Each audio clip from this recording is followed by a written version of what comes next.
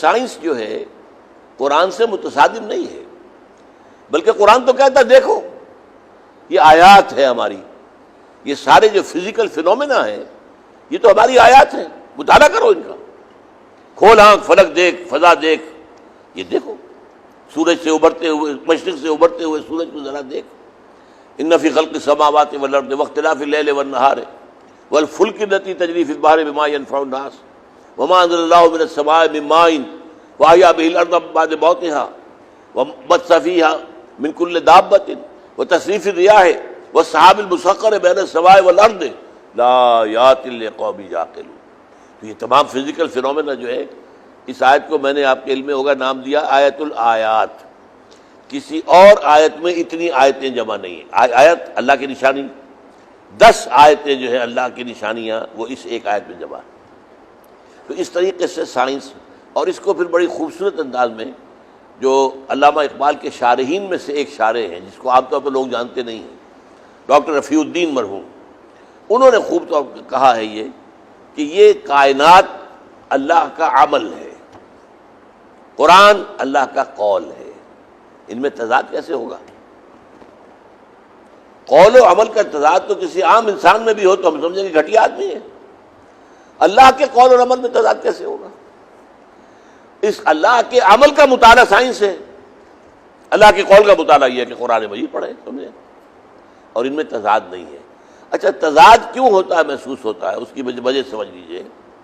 قرآن مجید میں جو scientific phenomena کا ذکر آیا ہے، اب ظاہر بات ہے آج سے 1000 سال پہلے تفسیر لکھ رہا ہے ایک شخص، اس وقت سائنس کی معلومات اتنی محدود تھی کہ وہ اپنے دور کے تقاضوں کے مطابق اس کی تفسیر کر رہا ہے، لہذا وہ آج کے دور سے ٹکرا رہی ہے۔ تو تفسیر ٹکرائے گی، قرآن نہیں ٹکرائے گا۔ یہ جو ڈاکٹر مورس بوکائی نے بہت بڑی بات کہی، جس نے کتاب لکھی دی قرآن دی بائبل اینڈ سائنس، اس نے یہ بات کہی ہے، بہت عمدہ بات کہی ہے، قرآن میں کوئی ایسی شے نہیں میں نے پائی جسے سائنس نے غلط ثابت کر دیا ہو، جبکہ بائبل میں موجود ہے۔ اب وہ موجود کس لیے ہیں؟ اس کی وجہ ہے اصل بائبل تو گم ہو گئی تھی، 587 قبل مسیح کے بعد اصل تورات دنیا میں نہیں ہے، یہ تو بعد میں جو ہے کوئی 100 یا 150 برس کے بعد لوگوں نے اپنی یادداشت سے تورات لکھی ہے۔ وہ تورات تو گم ہو گئی تھی، نیبوکڈنیزر کا جب حملہ ہوا ہے یہ یہودا پر، یہودا جو ریاست تھی یہودی، تو اس کے بعد سے تورات نہیں۔ جب انسانوں نے اپنی یادداشت سے مرتب کیا تو اس وقت کے علم جو سائنسی تصورات تھے وہ اس کے اندر خود بخود آ گئے، لہذا اس میں تضاد ہے، ورنہ اللہ کا کلام وہ بھی تھا، اس کے اندر تضاد نہ ہوتا۔ قرآن محفوظ ہے، لہذا قرآن میں کوئی شے ایسی نہیں ہے جسے سائنس نے غلط ثابت کیا، البتہ تفسیروں میں آپ کو معلوم ہو جائے گا۔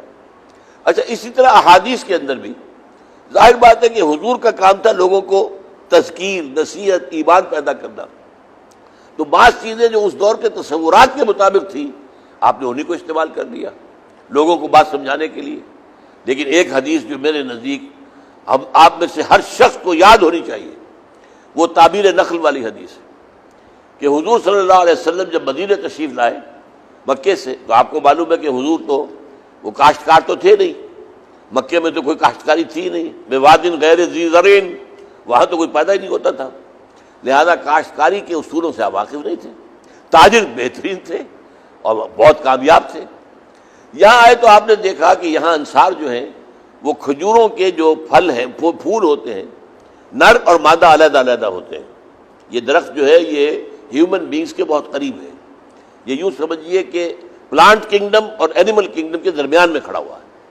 اس کے جو ہے پھول، نر پھول، مادہ پھول، ان کو قریب کر دیتے تھے ایک دوسرے کے ساتھ، لا کے ایک ڈور باندھ دی تاکہ پالینیشن ہو جائے اور تاکہ اس کے ذریعے سے زیادہ فصل زیادہ ہو جائے، فرٹیلائزیشن ہوگی، پالینیشن ہوگی، فرٹیلائزیشن ہوگی اور تو کھجوریں زیادہ پیدا ہوگی۔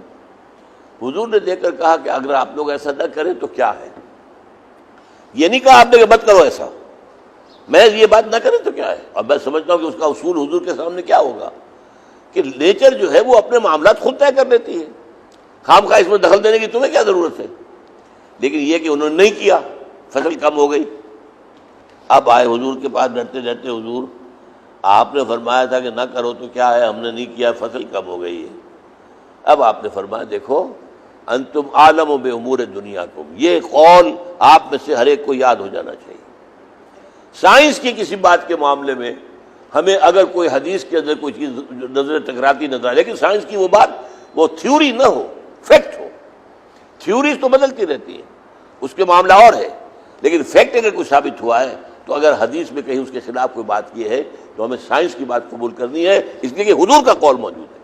یہ ہے کہ جو اس کا محکم ترین چیز جو ہے جس کی بنیاد پر یہ طے کیا جائے گا، انتم عالم بامور دنیاکم، تم اپنے دنیاوی معاملات کو مجھ سے بہتر جانتے ہو۔ تو اس حوالے سے ان چیزوں کو ذہن میں رکھیے۔